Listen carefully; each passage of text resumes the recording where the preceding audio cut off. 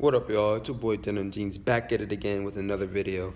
And today we're going to start a little mini series starting with the top 5 point guards in the NBA. And then subsequently after that, we're going to do each other position: shooting guard, small forward, power forward, center. Normally, people, when they do these lists, they do a top 10 list, but I don't necessarily think that it gets that deep. And once you get to like the 8, 9, 10, all of them are like virtually the same. But with the top 5, you get enough discrepancy where you can't really argue who is, the number 1, number 2. It's a wider gap and an easier gap to notice in the gap between 8 and 10. If you guys want me to do a top 10 video, let me know down in the comment section below, and I'll get that out to you guys. I already have the 1 through 5, so I can do the 6 through 10 for you guys later. But as of now, we're going to do just a mini series of the top 5 at each position. And so we're going to jump right into it. At number 5, I've got Damian Lillard. Damian Lillard, he was an All-NBA first-team point guard last year, is one of the best scoring point guards in the league today. Him alongside CJ McCollum form one of the most dynamic backcourts in the league today. The only knock against Damian Lillard is his amount of postseason success or lack thereof. He was All-NBA first team last year, which is a regular season award, but then you get to the playoffs and they get swept by the Pelicans. And you can't really be considered like the best in the league at your position if you can't pull your team to at least one win in the playoffs against, the 5 or 4 seed Pelicans.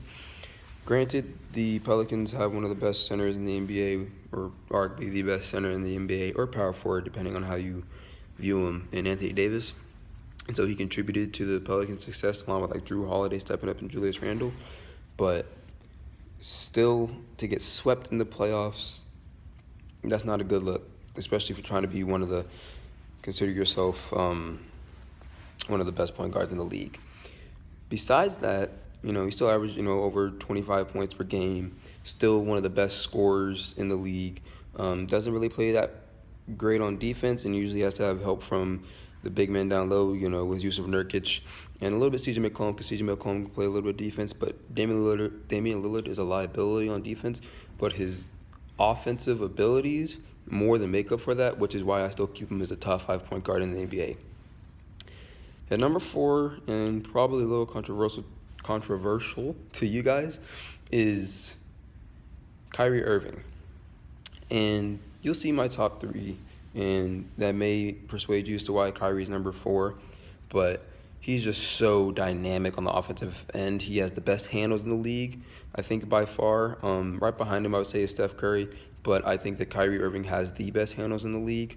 But I don't necessarily know if he is an it factor, if he can take a team to the finals and lead them to victory. I believe, as you've seen in the previous videos, that the Celtics are going to win the championship this year. And so with Kyrie leading the way right now on offense, he's the only really consistent offensive threat they've had this entire season. But the same knock against him is just his lack of defensive ability, and it's more to do with his size than his athleticism.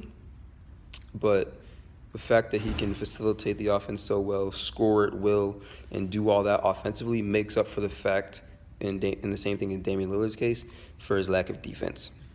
And another reason that I give it to Kyrie Irving is his clutch factor. He's the clutchest player in the league right now.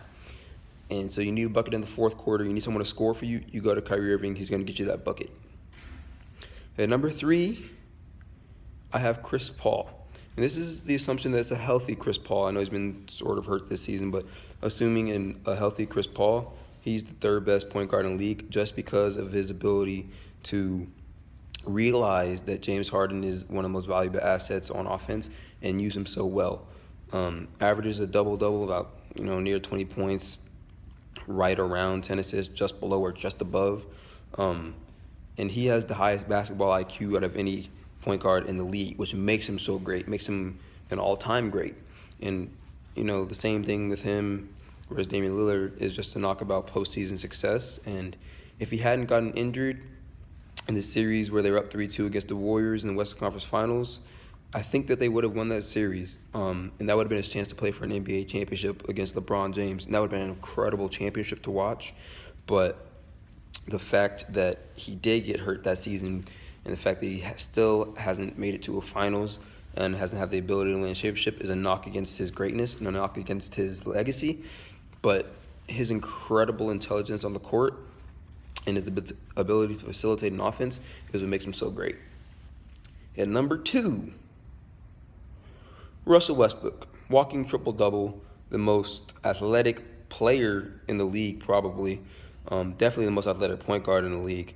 And his speed, his quickness, his ability to rebound, facilitate, and score at will just makes him such an incredible asset to the Thunder. I don't think he's the best player on the Thunder right now. I think that goes to Paul George and his MVP run, or potential MVP run. Top 5 MVP candidate probably. But with Russell realizing that he's not the number 1 option anymore, he's taken a step back in his scoring and has really focused on facilitating the offense through Paul George, because he doesn't have to do it all by himself anymore, especially since Paul George is playing so well. He's able to back off, let Paul George take over, let Paul George run the team, and that